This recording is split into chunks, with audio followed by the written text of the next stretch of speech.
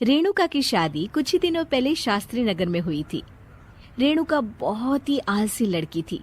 वो दिन भर बेड पर सोती रहती या फिर मैगजीन पढ़ती रहती और घर के काम भी धीरे धीरे ही करती। एक दिन उसकी सास उसके पास आती है। बहू, आज बेसन का चिला बना दे, बड़ा मन कर रहा है। हाँ मम्मी जी, बनाती हूँ थोड़ी देर में। थोड़ी देर में? अरे थोड़ी देर में तो रात के खाने का वक्त हो जाएगा बहू। अच्छा मम्मी जी, तो फिर आप रात का खाना ही खा लीजिएगा ना। हे भगवान, कैसी आलसी बहू मिली है मुझे, हर काम को बस टालती ही रहती है। रेणुका दिन भर बस आलस पना ही करती रहती। एक बार रात के खाने पर सब बैठे हैं तो रेणुका का पति कहता है, अरे ये क्या, आज फिर से करेला? रेणुका, हफ्ते में तीसरी बार ऐसा हुआ है कि करेला बन रहा है। कुछ भी बना लिया करो। अरे इतनी सारी सब्जी मिलती है मार्केट में।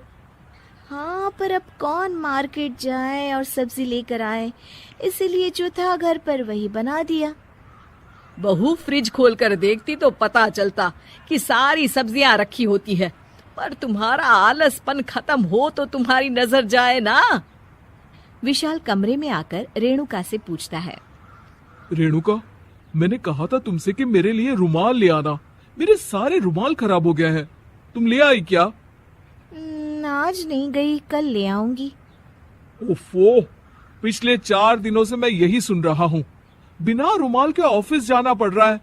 तुम तो बहुत ही आलसी होती जा रही हो रेणुका।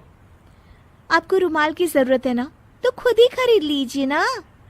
हाँ, अब वही करूंगा। तुम्हारे भरोसे बैठा रहा तो कुछ नहीं होगा। एक दिन दरवाजे पर बेल बज रही होती है और रेणुका सोफे पर बैठी होती है, पर आलस में दरवाजा खोलती ही नहीं। अरे बहू, कितनी देर से बेल बज रही है?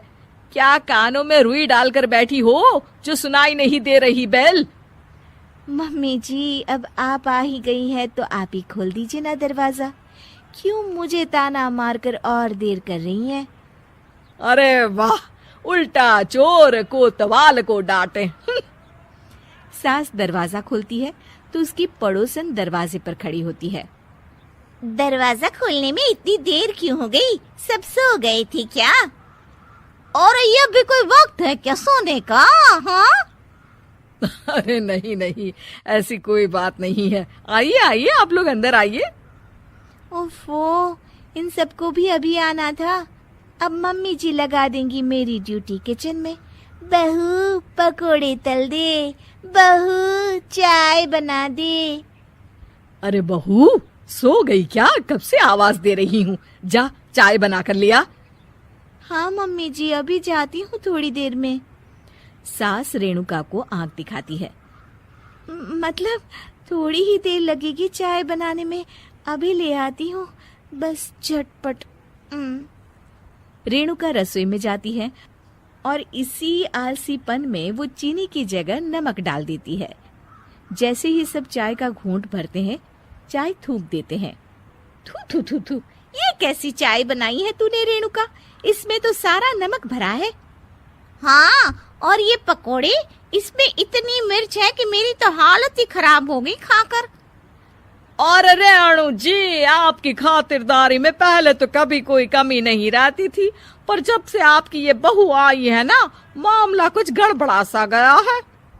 हाँ हाँ, जहाँ आप इतनी एक्टिव है, वहीं आपकी बहू एकदम आलसी, एकदम राम मिलाई जोड़ी लगती है।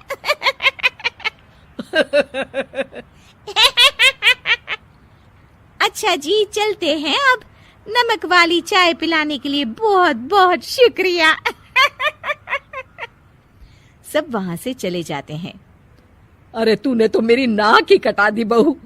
वे लोग क्या सोच रहे होंगे मेरे बारे में? मम्मी जी, मैंने तो शक्कर ही डाली थी, पता नहीं नमक कैसे बन गई शक्कर। शक्कर नमक नहीं बना बहू रानी, तुम्हारा ये जो आलसपना है ना, ये उसी का नतीजा है। सॉरी मम्मी जी, अब मैं ये आलसपन छोड़कर सारे काम अच्छे से मन लगाकर करूंगी।